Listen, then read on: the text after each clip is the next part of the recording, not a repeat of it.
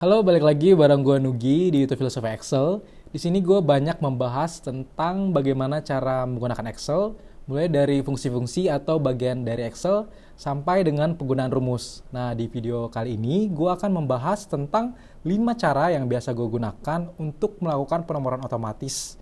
Kenapa gue bahas ini? Karena di Instagram Filosofi Excel, penomoran otomatis ini cukup banyak yang nanya. Jadi, gue akan rangkum 5 cara yang biasa gue gunakan serta kelebihan dan kekurangan masing-masing cara atau rumus untuk penomoran ini. Cara pertama ya mungkin hampir semua orang tahu, yaitu dengan mengetik dulu teksnya. Gue akan ketik dulu teksnya seperti ini. Gue akan input nomor 1 dan 2 dulu.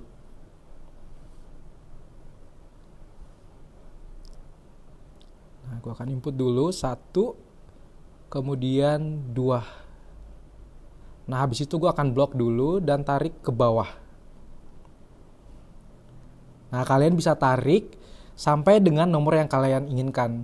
Kalau mungkin di bawah 100 itu masih bagus ya buat digunakan. Tapi kalau misalnya di atas 100, cara ini agak lumayan susah karena kalian harus narik, harus scroll sampai ke bawah dan itu cukup makan waktu yang lumayan. Seperti ini.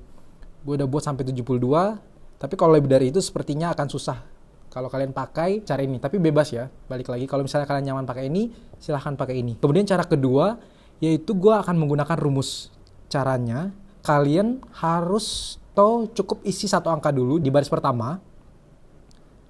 Kemudian di baris kedua, kalian bisa pakai rumus. Nah, gue akan isi dulu baris pertamanya dengan angka 1. Kemudian gue akan masukkan rumus. Rumusnya yaitu sama dengan, kemudian gue pilih sel yang di atas, dan plus 1. Nah, jadi 2 seperti ini. Kalian bisa tarik rumusnya sampai ke bawah juga, supaya rumusnya juga ikut. Nah, penomoran otomatis ini bisa digunakan untuk angka yang berurut, atau mungkin kalian membuat deret angka yang tidak berurut atau selang-seling. Jadi, misalnya, kalian mau buat 3 angka, jadi misalnya 1, kemudian lompat ke 4, plus 3, kalian bisa rubah rumusnya dulu. Satunya gue akan ganti menjadi 3, seperti ini. Gue akan ganti jadi 2, terus akan berubah seperti ini. Karena di bawahnya belum berubah, masih mengikuti 1, jadi gue akan tarik dulu seperti ini, sehingga rumusnya yang di bawah akan mengikuti, yaitu ditambah 2. Kalian bisa lihat, angka yang terbentuk adalah angka ganjil, karena gue nambahin 2 setiap rumusnya, atau setiap barisnya. Oke, kemudian gue akan masuk ke cara ketiga. Cara ketiga ini, mungkin jarang ya orang tahu karena gue akan pakai salah satu perintah atau comments yang ada di Excel. Namanya adalah fill series. Nah, pertama kalian isi dulu angka di baris pertama, sama seperti yang sebelum-sebelumnya. Kalian bisa isi angka 1 atau bebas. Seperti ini. Kemudian masuk ke menu home, pilih fill, kemudian pilih series. Nah, di series ini kalian bisa pilih kolom, step value-nya. Di bagian step value, ini kalian bisa isi 1, step value adalah kelipatannya atau penambahannya. Nah, untuk step value bebas, kalian bisa isi sesuai kebutuhan kalian. Jadi angkanya bebas, kalian mau isi berapa aja. Di sini gue akan isi 100 dulu. Kemudian klik OK. Nah, kalian bisa lihat akan terbentuk urutan angka dari 1 sampai dengan 100 seperti ini. Oke. Nah, cara ini juga bisa berguna kalau kalian mau bikin kelipatan. Jadi sama seperti cara 2, cara ini juga bisa digunakan untuk angka yang tidak berurut atau kelipatan.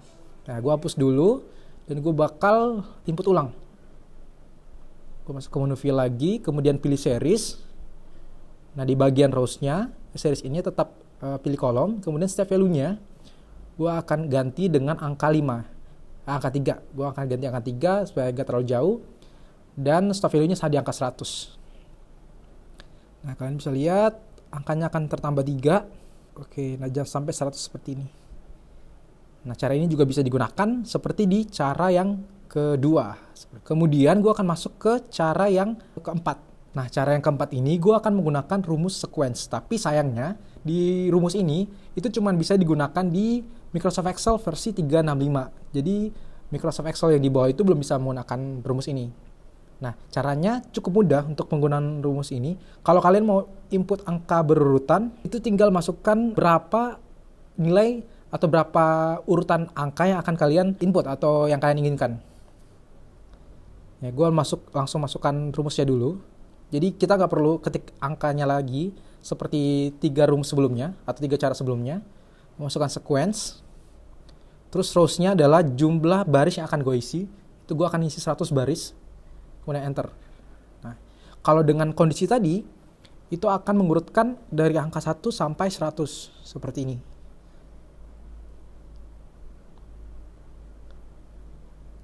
Nah, kalau kalian mau membuat angka yang tidak berurutan, seperti di cara 1 sampai 3, itu juga bisa. Nah, rumusnya bisa diganti seperti ini. Sequence, rows itu sama. Gue isi 100 dulu, 100 baris yang akan gue isi. Terus gue akan isi 1 karena gue pilih 1 kolom doang yang akan kita isi. Terus untuk startnya, ini kalian bisa isi, maksud dari start ini adalah kalian mau mulai di angka berapa. Gue mulai di angka 5, kemudian kelipatannya gue isi 2. Enter. Nah, kalian bisa lihat sendiri, tanpa perlu menarik rumusnya, P100 baris itu akan keisi kelipatan angka 2 mulai dari angka 5, seperti ini. Nah, cara yang terakhir itu gue akan pakai rumus yang gue akan pakai adalah rumus row. Nah, rumus row ini rumus yang sangat simple karena hampir mirip sequence. Kalian perlu input rumusnya seperti ini, row, kemudian tutup buka kurung, langsung. Nah, row ini akan menunjukkan angka di mana kalian mengetik barisnya. Jadi muncul angka 2 karena gue mengetik rumus ini di baris nomor 2. Kalau gue ketik rumusnya di rows 3, angka yang akan muncul adalah 3. Nah, kalau gue mau menyesuaikan, gue tinggal kurang 1. Jadi kalau misalnya gue mau menyesuaikan atau memulai angka dari nomor 1, otomatis gue akan kurangkan 1 seperti yang tadi. Nah, gue tarik ke bawah, udah. Rumusnya bisa berurut seperti ini. Nah, sekarang gue akan coba menambahkan baris. Kita lihat, ketika gue menambahkan baris, rumus yang akan tertambah itu cuman ada cara 4. Nah, cara 4 ini emang paling efektif, teman-teman. Karena ketika kalian menambahkan rows, itu akan otomatis keisi. Beda dengan 4 cara yang lain. Kalian harus tetap mengisi rumusnya atau menariknya dari atas. Kalian bisa lihat, cara 1 sama cara 2, cara 1 sampai cara 3 itu nggak keisi. Cara 5 juga nggak keisi, tapi nomornya tetap berurutan. Nomor di bawah itu 12. Jadi kalian bisa tarik dari atas seperti ini. Nah, akan kebentuk angka yang berurutan seperti ini. Oke, itu tadi 5 cara yang bisa kalian gunakan untuk melakukan penomoran di Excel. Kalau ditanya yang mana yang paling bagus, semua cara bagus tergantung kebutuhan teman-teman. Jadi, silahkan gunakan cara 1 sampai cara 5 sesuai dengan apa yang teman-teman butuhkan. Setiap cara ini tentunya mempunyai kekurangan masing-masing. Nah, kalian bisa sesuaikan dengan data yang kalian punya. Oke, cukup sekian video Filosofi Excel pada hari ini. Sampai ketemu di video selanjutnya. Jangan lupa follow Instagram Filosofi Excel untuk dapat info menarik seputar Filosofi Excel. Terima kasih.